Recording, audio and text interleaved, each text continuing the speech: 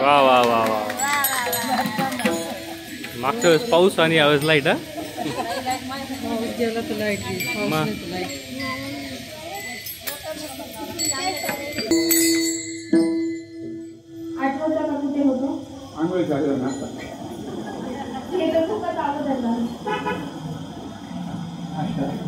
लोक म्हणतात की आम्ही बंडा तात्या कराडकरांचं कीर्तन ऐकलं, बंकट स्वामींचं कीर्तन ऐकलं, पण याचं त्याचं कीर्तन ऐकून उपयोग नाही. तुझ्यामध्ये काय बदल झाला? तू नाही त्याची निंदा करीतच राहिला. आज तालुकाला निंदेशिवाय काही पर्याय तुझ्याला नाही म्हणतात. म्हणजे तुम्ही पण दिवसभर तेच धंदे करतात वाटतं.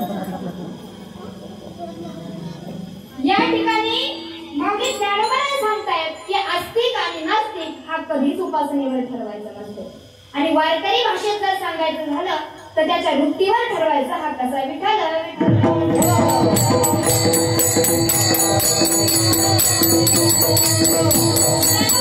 सुंदर उभियाला दिली तर देखे मनुष्य जात सकळ आणि स्वभावता भजन शिळ. जसा ज्याचा स्वभाव असतो त्याप्रमाणे ज्याची त्याची उपासना असते. तुम्ही म्हणाल कसं?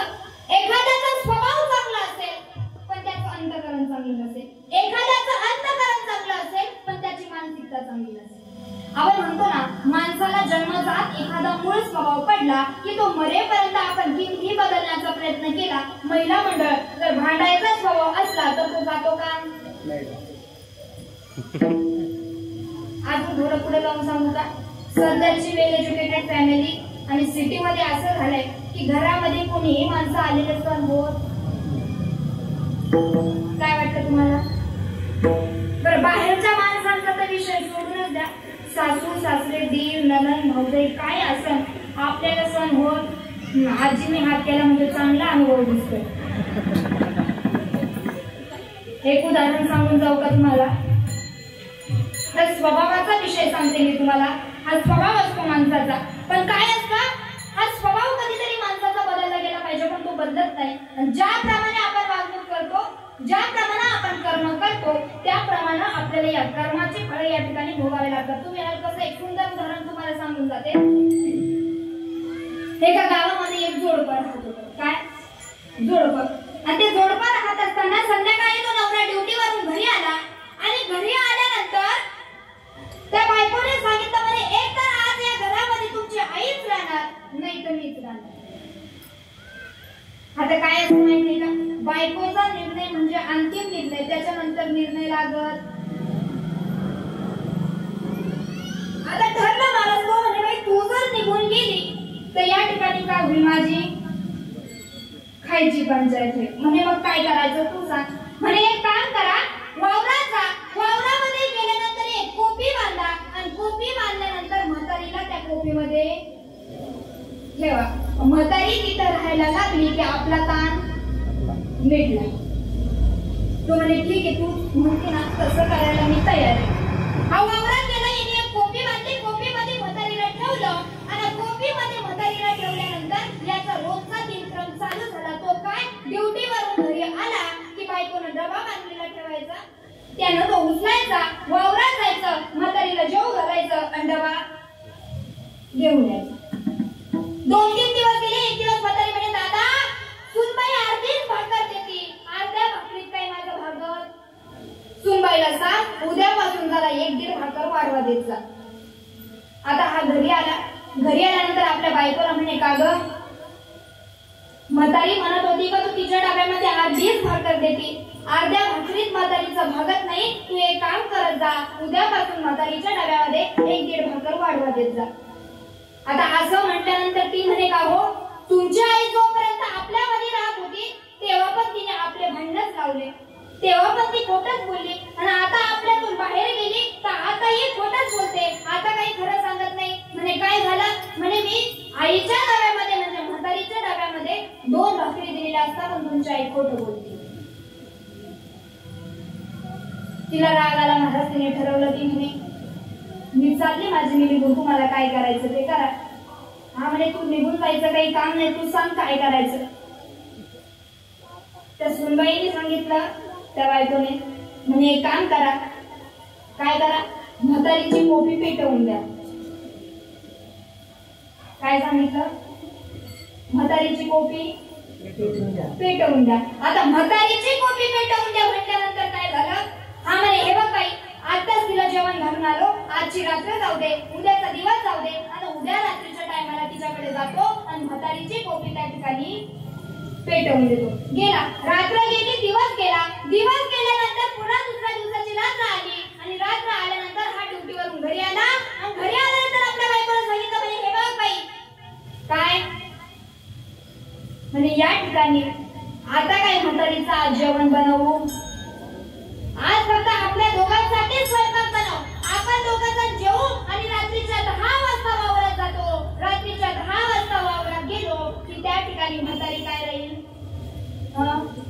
झोपलेली राहील. काय सांगितलं? झोपलेली राहील. आणि म्हातारी त्या कोपीमध्ये झोपलेली असली तर तिला चारही बाजूने पेटून दिलं तर तिला काही नेमकं लागणार?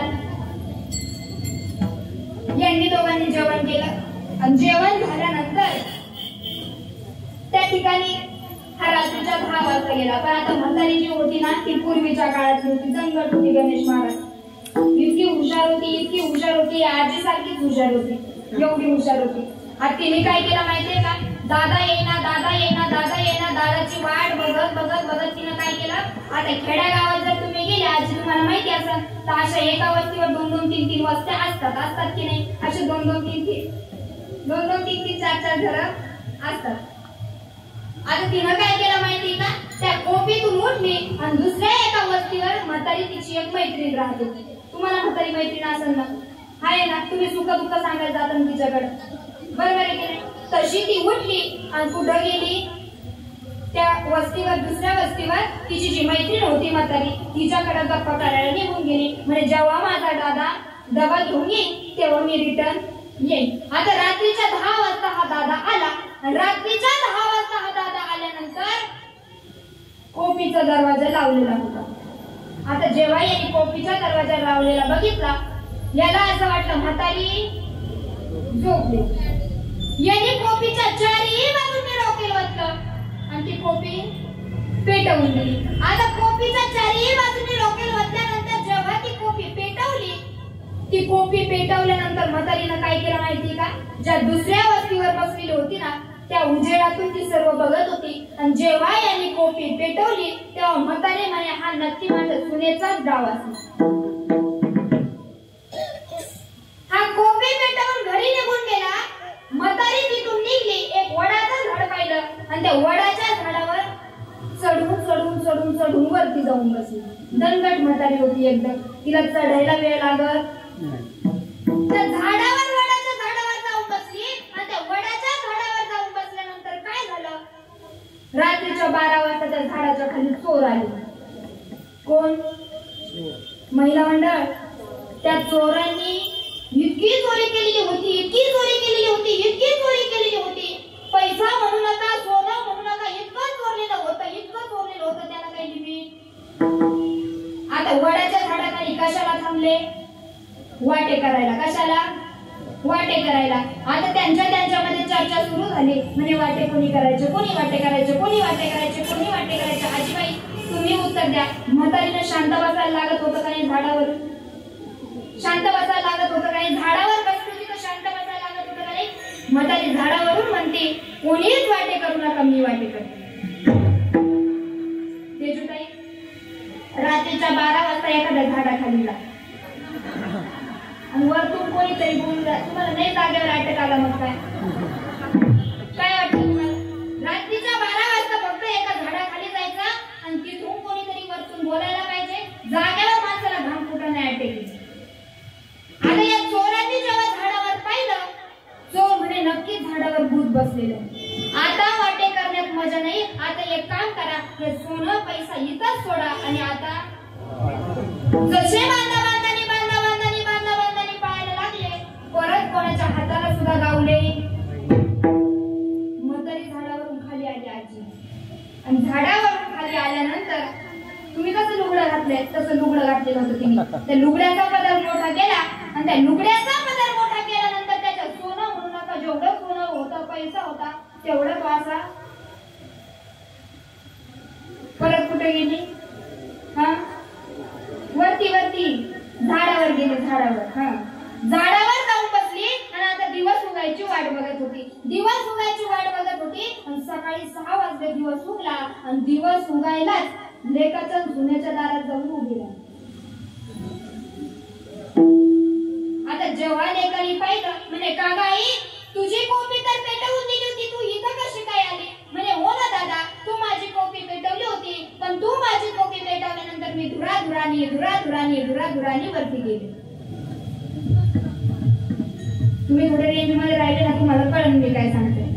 म्हणे तू माझी कॉपी पेटवली, पण माझी कॉपी पेटवल्यानंतर मी धुराधुरानी कुठे गेली? वरती गेली. म्हणे मग आई, म्हणे वरती गेल्यानंतर तिथं मला तुझा बाप भेटला. म्हणे मग, म्हणे तुझ्या बापाने मला विचारलं का ग बाई आपल्या पोराचं खाली कसं चाललंय? म्हणे मग तू काय सांगितलं? म्हणे मी तुझ्या बापाला सांगितलं की आपल्या पोराच्या डोक्यावर इतकं मोठं कर्ज झालंय का ते कर्ज काय पिटत. म्हणे मग, म्हणे तुझ्या बापाने लगेच लुगड्याचा पदर खोलला आणि म्हणे बघ तुझ्या बापाने किती सोनं पैसा दिला. कोणी सांगितलं? आता पूर्वीच्या काळची म्हातारी होती, पूर्वीच्या काळच्या म्हाताऱ्या काही साध्या चत्र्या होत्या, अगदी चंचल. तिनं ते उघडलं आणि ते सोनं पैसा त्या लेकाच्या हातामध्ये दिलं आणि तेवढ्याच मागून सुनबाई पळत आली. ती सुनबाई पळत आली. ती सुनबाई म्हणे का हो आत्याबाई, वरती खरंच मामाजी भेटले का? म्हणे हो ना बाई, वरती खरंच मामाजी भेटले. म्हणे मग वरती मामाजी जर भेटले तर माझ्या आई वडील नाही भेटले का? काय विचारलं? माझ्या आई वडील नाही भेटले का? आता असा प्रश्न विचारल्यानंतर काय झालं माहिती का? ती म्हणे बाई तुझ्या आई वडिलांचं काय पाहणं, ते वरती इतके श्रीमंत आहे का त्यांच्यासारखं श्रीमंत वरती दुसरं कोणी? म्हणे मग माझ्या आई वडील वरती इतके श्रीमंत तर त्यांनी त्यांच्या लेकीसाठी काही दिलं नाही का? म्हणे मी त्यांना म्हणाले होते का मी तुमच्या लेकीकडे चालले, तिला काही द्यायचं असेल तर द्या, पण ते म्हणे आमचा काही तुमच्यावर विश्वास, तुम्ही एक काम करा आमच्या लेकीलाच वरती पाठवा.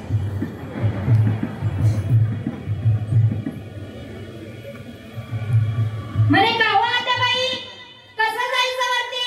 म्हणे बाई असंच जायचं, वावरात एक कोपी बांधायची, कोपीमध्ये बसायचं, कोपीच्या चारही बाजूने रॉकेल ओतायचं आणि कोपीच्या चारही बाजूने रॉकेल ओतून कोपीला आग लावून द्यायची, धुराधुरानी वरती जायचं. आता लेकानं म्हातारीनं वावरामध्ये एक कोपी बांधली आणि वावरामध्ये एक कोपी बांधल्यानंतर आता त्या कोपीमध्ये सुनबाईला बसवलं आणि त्या कोपीमध्ये सुनबाईला बसवल्यानंतर कोपीच्या चारही बाजूंनी या म्हातारीनं रॉकेल ओतलं आणि जशी त्या कोपीला आग लावली महिला मंडळ, ती सुनबाई धुराधुरानी जशी वरती गेली. ऐका ना पुढचं, परत खाली आली. जगी जीवनाचे सार घ्यावे जाणून सत्वर, जगी जीवनाचे सार घ्यावे जाणून सत्वर.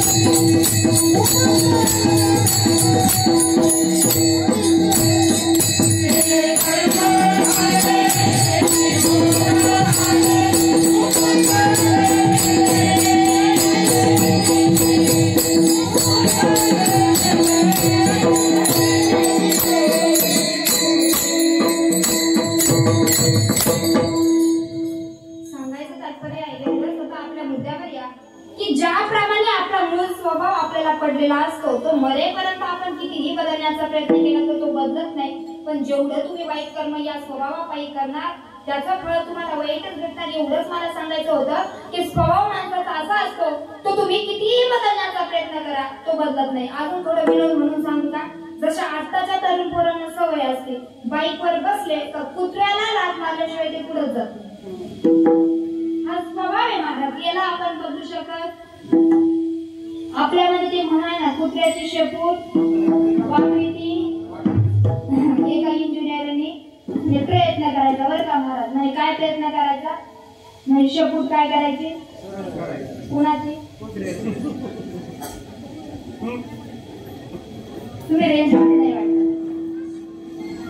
काय करायचं ठरवलं, कुठलं शेपूट काय करायची, कुणाची. बरं घरी जाऊन कळून तुम्हाला जाऊ द्या. विठ्ठल विठ्ठल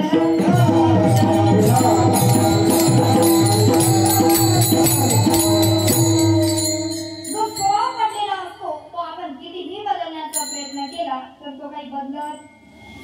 मग या ठिकाणी जगद्गुरु तुकोबारायांनी सांगितलं की भक्तीला फार महत्व आहे, भगवंताचं नामचिंतनाला महत्व आहे. हे कसं, असे कित्येक लोक बघायला भेटतात. आळंदीत जर आपण गेलो तर काही लोक असे असतात जे कोणाशीच बोलत नाही, पण त्यांच्या हातामध्ये कंटिन्यू माळ असते आणि त्या माळेवर त्यांचं जप चालू असते. म्हणजे अजून एक प्रकार त्यांच्यामध्ये बघायला भेटतो. काही लोक बोलतात, त्यांच्या हातामध्ये माळ नसते, पण त्यांच्या अंतःकरणामध्ये सतत भगवान परमात्म्याचं नामचिंतन चालू असते. आणि काही लोक असेही बघायला भेटतात की जे कोणाशीच बोलत नाही, पण त्यांच्या मुखातलं भगवान परमात्म्याचं नाम कधी बंद होत. जगद्गुरु तुकोबारायांनी तेच केलं. पांडुरंग ध्यानी, पांडुरंग मनी आणि जागृती स्वप्नी पांडुरंग. तुकोबारायांच्या जीवनाला काही सोपं दुःख नव्हतं, अगदी भयंकर दुःख होतं. पण तुकोबारायांना सुख हे जर कशातून प्राप्त होत होतं तर ते फक्त भगवंताच्या भक्तीतून प्राप्त होत होतं. भगवंताची इतकी भक्ती केली आणि त्या भक्तीपायी सुख प्राप्त होत होतं. पण तरी पण तुकोबारायांचा एक अभंग आपल्याला या ठिकाणी बघायला भेटतो. एक वेळ करी या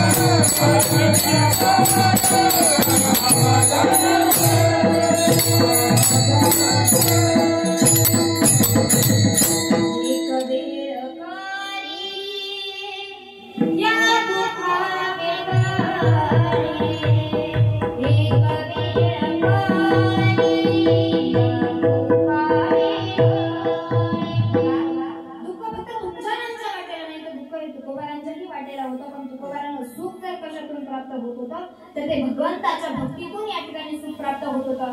आता मला सांगा, आता काय चालू आहे, नवरात्र चालू. याच्या आधी काय झालं हो?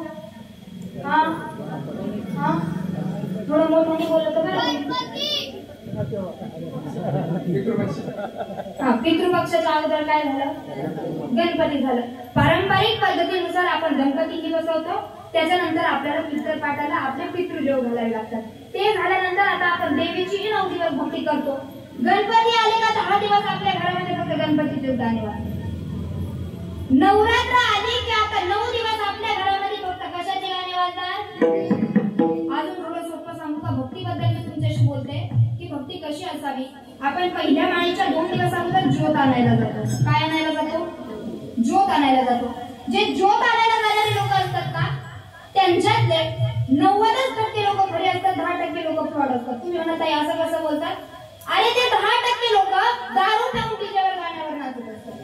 आणि काय त्यांची लायकी आहे ज्योत आणायला जायची आहे का? म्हणजे काय होतं या ठिकाणी देवीची विटंबना झालेली असते. बरं गाणे बी इतके सुंदर लावतात ना बरं का महाराज.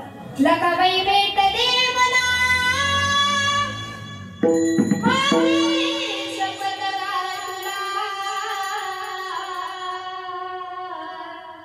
जीव लागला या माझा दुर्नीला, जीव लागला या माझा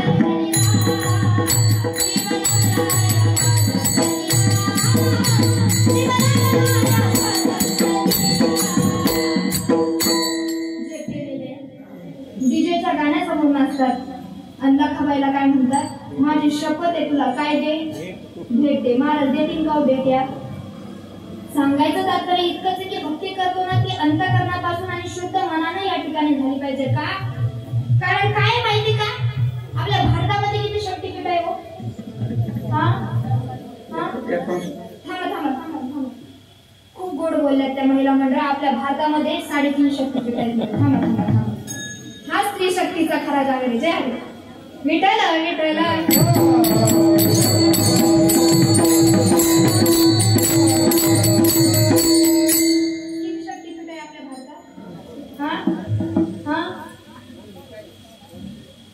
उपवास धरले ना तुम्ही सर्वांनी? बोलण्याचा राग येणार नसेल तर पुढचं बोलू का? महिला मंडळ बोलू का पुढचं? उपवास धरले का नाही एवढं सांगा. आता मला उपवास म्हणून तुम्हाला विचारते उपवास धरलेत का नाही? धरले ना 9 दिवसाचे उपवास. काय उपयोग झाला सांगा बरं? 9 दिवसाचे उपवास करायचे आणि भारतामध्ये 3.5 शक्तिपीठ आहे असं सांगायचं. आपल्या भारतामध्ये काही पुराणांमध्ये 51 शक्तिपीठ सांगितलंय आणि काही पुराणांमध्ये 52 शक्तिपीठ सांगितलंय. त्यापैकी आपल्या महाराष्ट्रामध्ये 3.5 शक्तिपीठ आहे. पहिली म्हणजे कोल्हापूरची देवी, दुसरी म्हणजे तुळजाभवानी तुळजापूरची, तिसरी म्हणजे माहुरगडाची रेणुका माता आणि 8 शक्तिपीठ म्हणजे आपली वणीची सप्तशृंगी माता. आता काय माहिती का आपल्यामध्ये कशी भावना तयार झाली की आपण ह्या देवीची भक्ती करतो, त्या देवीची भक्ती करतो, मी ह्याच देवीचे करणार, मी त्याच देवीचे करणार. पण हे चुकीचं आहे. हे काही झालं तर या सर्व देवा एकच आहे, त्यांचा अवतारच एक आहे. एक सुंदर गाणं या ठिकाणी सादर करते म्हणजे तुम्हाला समजेल. असा महादेव मोठाच ती त्याची अर्धांगी पर्वती, असा महादेव मोठाच ती त्याची अर्धांगी पर्वती.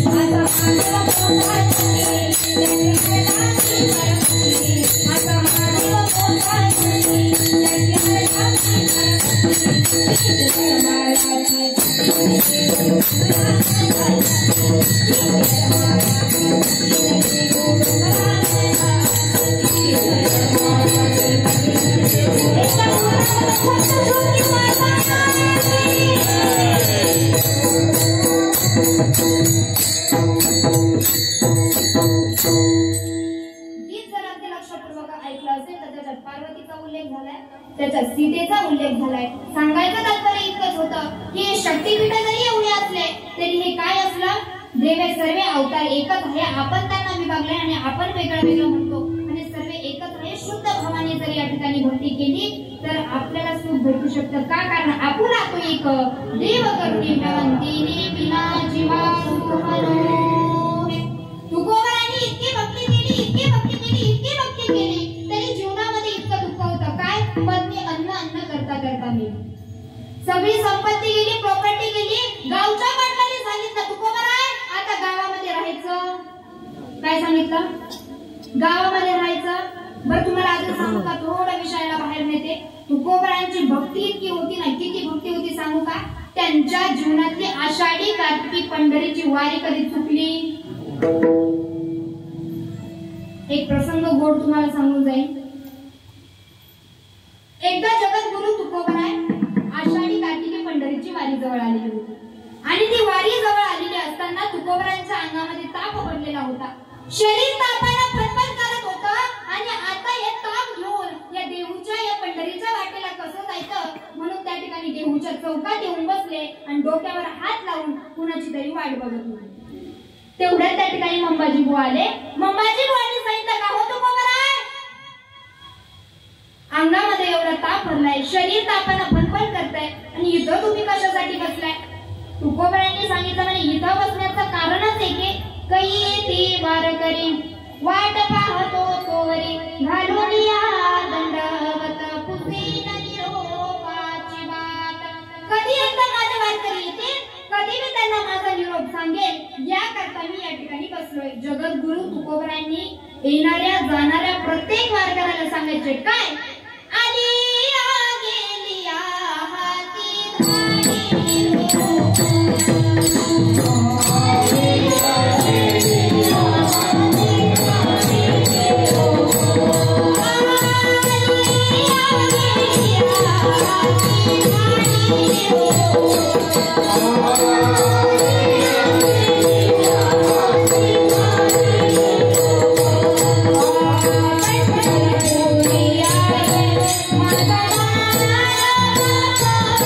Bye.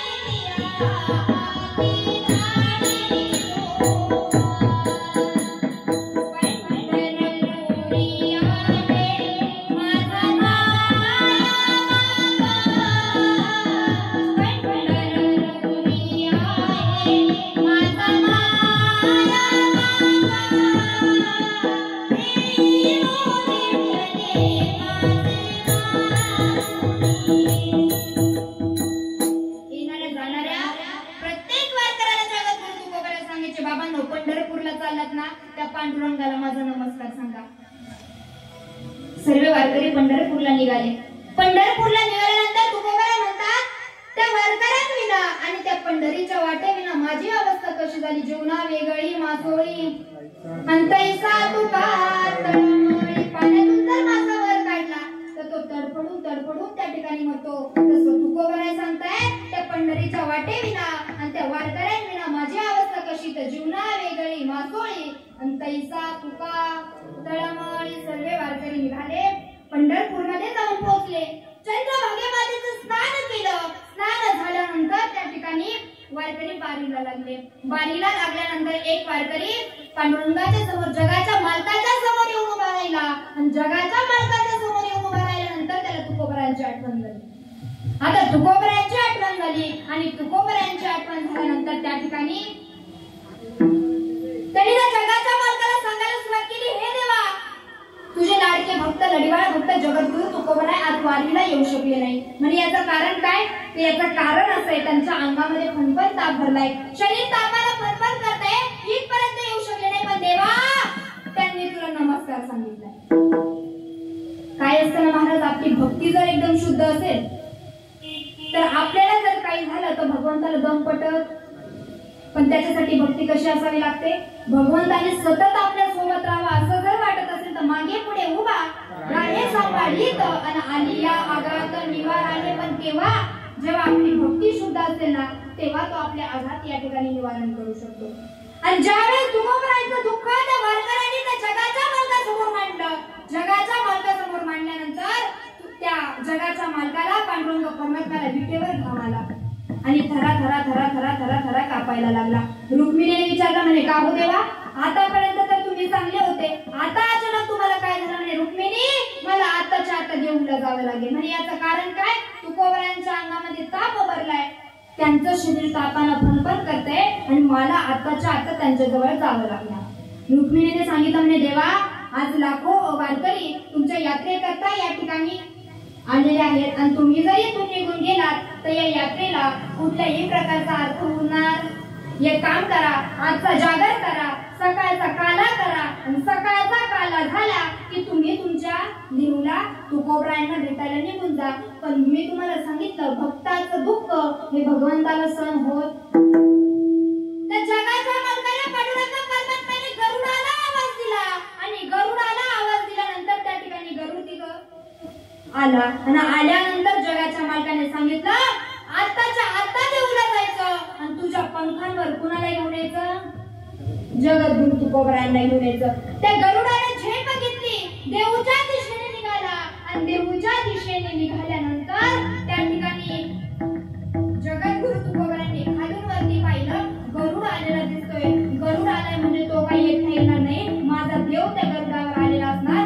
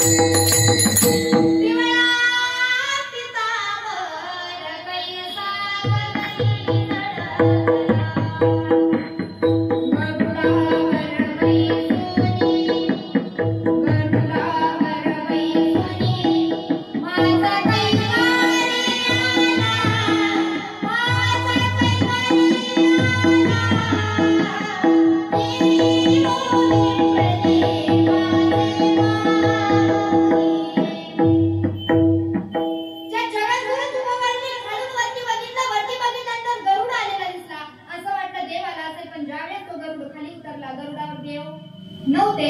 खाली उतरल्यानंतर त्या जगद्गुरु तुकोबरायांनी गरुडाला प्रश्न केला, म्हणे का रे गरुडा, एकटाच आला का, माझ्या देवाला नाही आणलं का. आता देवाला नाही आणलं का असं विचारल्यानंतर काय झालं, गरुड तुकोबरायांना सांगायला लागला, म्हणे अहो तुकोबराय, एकदा तुम्ही माझा ऐकून तर घ्या. म्हणे मला तुझं काहीच ऐकायचं नाही, तुम्हाला सांग का तुम्हाला देवाला काय नाही आणलं. सारख्या सारख्या त्याच्या पाया पडू लागले, गरुडाचे पायी गरुडाचे पायी.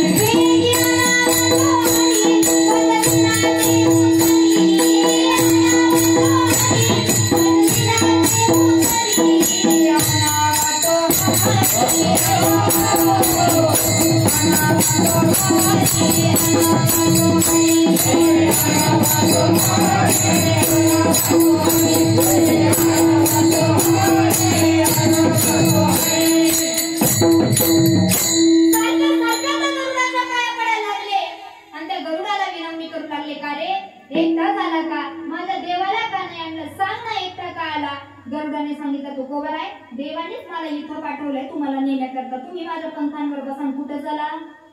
पंढरपूरला. देवानेच मला पाठवलंय. पण एक बारीक गोष्टीचा विचार करा, महिला मंडळ तुम्हाला सांगून जाईल.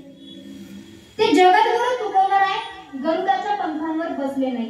याचं कारण असं होतं, ज्यावेळेस त्या गरुडाने तुकोबरांना कारण विचारलं, म्हणे का हो तुकोबर आहे, तुम्हाला माझ्या पंखांवर बसण्याची अडचण काय? त्यावेळेस जगद्गुरु तुकोबरांनी सांगितलं की तू वाहन फक्त माझ्या पांडुरंगाचं आहे. एक उत्तर द्या, गणपतीचं वाहन काय? हा, शंकराचं? हा, नंदी. आणि देवीचं? हा, एवढंच माहिती तुम्हाला. तसं जगाच्या मालकाचं वाहन गरुड. आणि म्हणे तू वाहन फक्त माझ्या पांडुरंगाचं आहे. तुझ्या अंगाला पाय लावणं, तुझ्या पंखांना स्पर्श करणं म्हणजे माझ्या देवाला पाय लावण्यासारखं आहे. मी तुझ्यावर बसून येणार. म्हणे परत जा आणि देवाला सांग तुकोबर आहे का येत नाही, त्यांनी तुला भेटायला बोलवलंय. गेला महाराज, परत झेप घेतली, पंढरपूरला गेला. पंढरपूरला गेल्यानंतर त्या ठिकाणी पांडुरंग परमात्म्याने आवाज दिला, काय रे गरुडा, आले का तुकोबर आहे? देवा, तुकोबर आहे काही आले नाही. त्यांचा विषय एकदम गंभीर आहे, ते काय माझ्यासोबत आले नाही. तुम्ही एक काम करा, तुम्हीच तिकडे जाते का इकडे येणार? भगवंताला त्या दिवशीची भाकरही गोड लागे ना. भगवंताने कसा बसा जागर केला, सकाळचा काला केला. आणि सकाळचा काला झाल्यानंतर जगद्गुरु तुकोबरांच्या समोर जाऊन उभे राहिले. उभे राहिल्यानंतर का हो तुकोबर आहे, बरं वाटतं का? अंगातला ताप गेलं का? एकदा माझ्या तोंडाकडे तर बघा. तुकोबरांनी एकाच प्रश्नात उत्तर दिलं, देवा, मला तुझ्या तोंडाकडे बघण्याची लाज वाटते. पांडुरंगाने विचारलं, म्हणे का रे बाबा, माझ्या तोंडाकडे बघण्याची लाज कशासाठी वाटते? म्हणजे लाज याच्यासाठी वाटते की आज 8 वंश परंपरा पिढ्याची वारी मी चुकवली, म्हणून मला तुमच्या तोंडाकडे बघण्याची लाज वाटते. याला म्हणावी भक्ती विठ्ठल.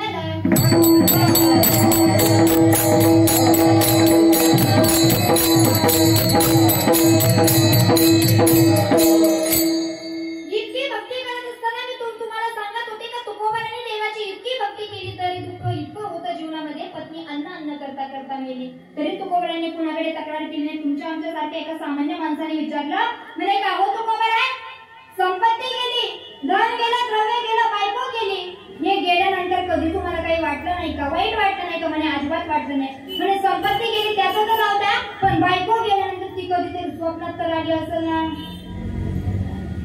महिला मंडळ आणि पुरुष मंडळ, तुकोबरांचं उत्तर आहे का? काय सांगितलं? म्हणे बायको जरी गेली तरी तिच्याबद्दल तक्रार नाही आणि ती स्वप्नातही आली नाही. म्हणजे याचं कारण एक आहे, भगवान परमात्म्याच्या नामचिंतनाने मला अजून झोपच लागली नाही, तर स्वप्न कसं पडेल? मी तुम्हाला मगाशी सांगितलं तर टाळ्या वाजवायच्या असेल तर थोड्या जोरात वाजवा. विठ्ठल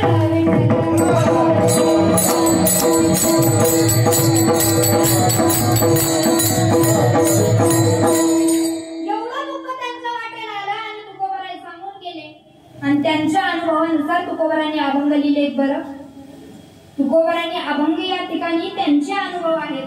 जेवढेही अभंग तुम्ही गाथामध्ये वाचाल त्या अभंगांमध्ये तुकोबरांचे अनुभव त्याच्यामध्ये आलेले आहे. तुकोबरांना माहिती होतं की संसारातला एकही प्राणी सुखी राहू शकत नाही. एखाद्यानं फक्त बोटवरती करायचा आणि म्हणायचं, ताई आम्ही संसारात खूप सुखी आहे, ताई कीर्तन करायचं सोडून दे.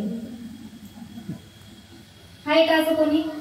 फक्त हात वरती करून सांगायचं का आम्ही सुखी आहे संसारामध्ये? नाही ना. तुम्हाला सांगू का, संसारामध्ये जेवढ्याही आशा ठेवशाल, जेवढ्याही इच्छा ठेवशाल आणि जेवढ्याही अपेक्षा ठेवशाल त्या कुठे मिळणारे, मातीत मिळणारे. या ठिकाणी तुम्हाला काहीच भेटणार नाही. का? कारण संसारातील इच्छा आणि अपेक्षा या कधीच पूर्ण होऊ शकत नाही. तुम्ही म्हणाल कसं? एक उदाहरण तुम्हाला सांगून जाते. राजा रावण तुम्हाला सर्वांना माहिती आहे ना?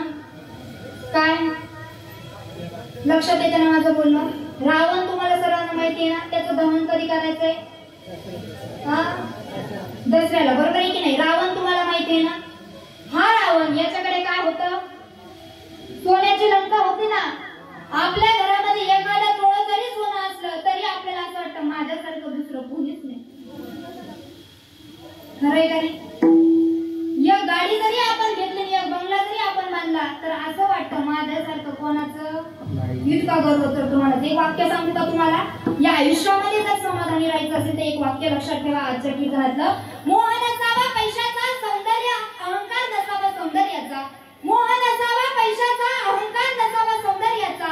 झोपडी का असे ना पण घास असावा समाधानाचा, तरच आनंद मिळेल या जीवनात. आनंद या जीवनाचा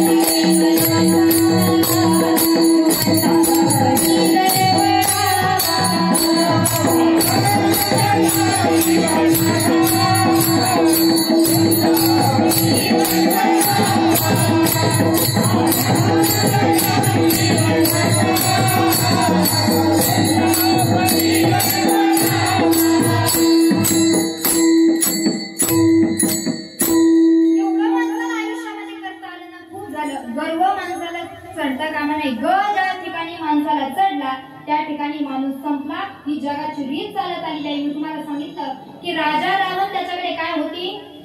सोन्याची लंका होती. किती पत्न्या होत्या हो?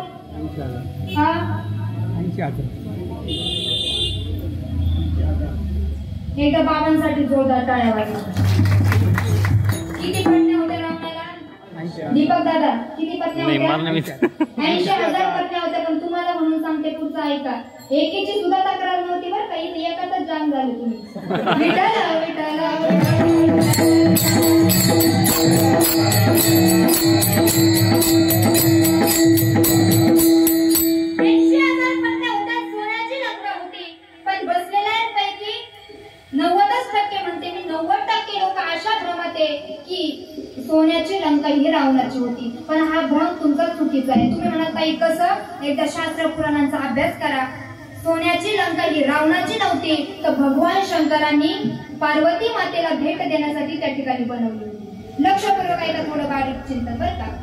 सोन्याची लंका ही रावणाची नव्हती, ही सोन्याची लंका कुणाची होती? तरी भगवान शंकरांनी पार्वतीला भेट देण्यासाठी बनवली होती. आता मला सांगा, तुम्ही जर एखादं घर घेतलं, एखादी बिल्डिंग बांधली, एखादा रो हाऊस बांधलं किंवा तुमचा जागा घेऊन एखादं घर बांधलं, तर आपण आधी गृह प्रवेश करायच्या अगोदर काय करतो? करतो ना, काय करतो? वास्तुशांती करतो. आता भगवान शंकराच्या मनामध्ये विचार आला, म्हणे पार्वतीला एवढी मोठी लंका भेट द्यायची, पण ही लंका भेट देत असताना, सोन्याची लंका भेट देत असताना तिची काय झाली पाहिजे? वास्तुशांती झाली पाहिजे. म्हणे आता सोन्याची लंका आहे, ती काय झालं तुझं आपलं घर होतं का? नाही नाही, ती सोन्याची लंका होती. म्हणजे एवढ्या मोठ्या सोन्याच्या लंकेची वास्तुशांती करायची, मग आता कोण ब्राह्मण सांगायचं? ते आपल्यासारखं होतं का 101 रुपयामध्ये येणारे ब्राह्मण? नाही ना महाराज. म्हणजे आता एवढी मोठी सोन्याची लंका आणि एवढ्या मोठ्या सोन्याच्या लंकेला वास्तुशांती करायला नक्कीच काहीतरी तेवढा दैववान काय पाहिजे? ब्राह्मण पाहिजे, अधिकार संपन्न पाहिजे. म्हणे कसा? म्हणे कोणाला आमंत्रित करायचं? भगवान शंकरांनी रावणाचं नाव सुचवलं. आता बसलेल्यांपैकी अजून कित्येक जणांना प्रश्न असा पडला असेल की रावण हा तर राक्षस कुळातला होता. थांबा ना, काही जणांना माहिती म्हणून मी 90% लोक म्हटले. आता काही जणांना प्रश्न असा पडला असेल की रावण हा राक्षस कुळातला होता, मग त्याला पूजेची, त्या सोन्याची लंकेची वास्तुशांती करायला कसं काय बोलवलं? पण हा तुमचा खूप खूप मोठा गैरसमज आहे. रावण हा राक्षस कुळातला नसून रावण हा ब्राह्मण कुळातला. इतका वेदशास्त्र पारंगत होता, इतका वेदशास्त्र पारंगत होता, ज्यावेळेस जगाच्या मार्गाने या महादेवाने त्याच्याकडे निरोप पाठवला आणि निरोप पाठवल्यानंतर तो रावण त्या ठिकाणी लंकेची वास्तुशांती करायला आला. आता लंकेची वास्तुशांती करायला आल्यानंतर महिला मंडळ असे मंत्र म्हटला, असे मंत्र म्हटला, असे मंत्र म्हटला की त्याच्यावर त्या ठिकाणी महादेव प्रसन्न झाले. बरं, तुम्हाला एक गोष्ट माहितीये का? या जगातलं सर्वात अवघड काव्य कोणतं? कोणी सांगू शकाल? या जगातलं सर्वात अवघड काव्य कोणतं? सांगू का तुम्हाला उत्तर? शिवतांडव स्तोत्र.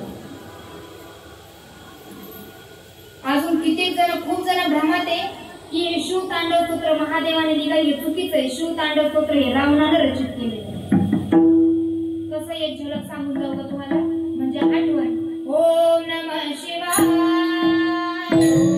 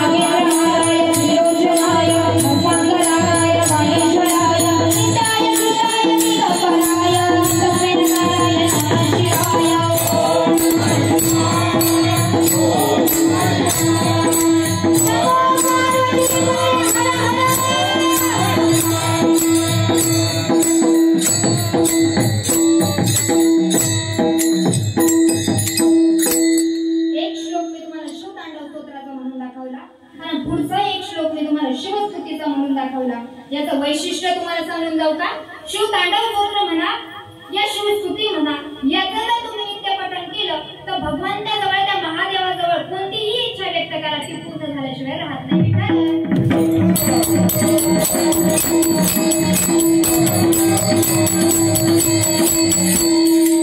आणि हे शिवतांडव स्तोत्राने मी तुम्हाला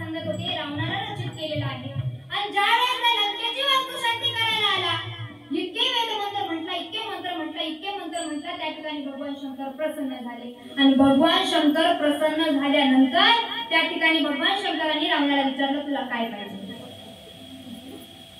आता काय पाहिजे म्हटल्यानंतर महिला मंडळ रावणाने काय मागितलं. सोन्याची लंका मागून घेतली. मग तुम्हाला सांगायचं एवढं होतं की सोन्याची लंका ही रावणाची नव्हती, ही शंकरानं पार्वतीला भेट देण्यासाठी बनवली होती. आणि ज्यावेळेस हे प्रसन्न झाल्यानंतर विचारलं रावणा तुला काय पाहिजे म्हटल्यानंतर रावणाने काय मागितली. सोन्याची लंका मागितली. याच रावणाच्या संसारातल्या 3 अपेक्षा होत्या, 3 इच्छा होत्या. काय माहिती का. सोन्याला सुगंध आणायचा. आजी घरामध्ये सोनं आहे ना. खरं सांगा इकडे घरात सोनं आहे. मावशी बोला ना खोटं काय बोलायचं. अशी एकही बाई भेटणार नाही का तिच्या घरामध्ये सोनं नाही आहे का नाही. सोनं खरं सांगा. मी म्हणणार नाही तुम्हाला मला आणून द्या पण तुम्ही हात म्हणा आहे ना घरामध्ये सोनं. तिजोरीचं दार उघडल्यानंतर जेवढं सोनं बाहेर येईल त्याला सुगंध येतो का सुगंध. म्हणजे पहिली इच्छा पूर्ण झाली. दुसरी इच्छा काय होती. खाऱ्या पाण्याचा समुद्र झाला का गोड. तुम्ही जरी समुद्रावर गेले नसतील पण गोड झाला का तो. आणि तिसरी इच्छा होती स्वर्गाला शिडी लावायची. आता स्वर्गाला जर शिडी लागली असती ना महाराज तर लोक टपकन वरती गेले असते टपकन खाली आले असते. वरती काय चाललंय पाहायचं आपल्या लोकांना भेटून यायचं परत खाली यायचं. काय वाटतं त्याची काय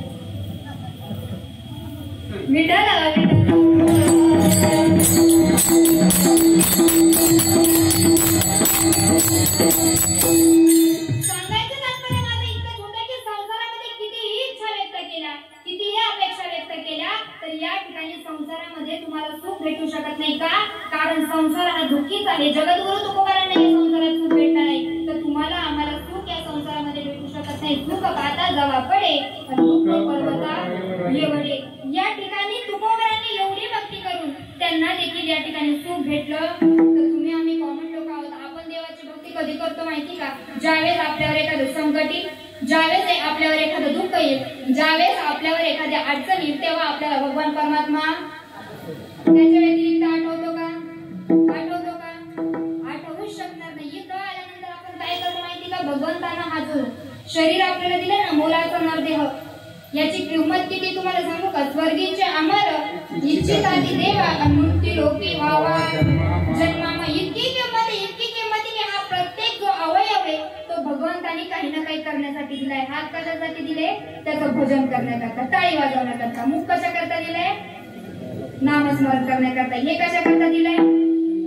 त्याचंच तोड बघण्याकरता. दुसरं वाईपट बघायचंच नाही. आणि आपण तेच बघत नाही. एक सुंदर गीत म्हणते त्या किया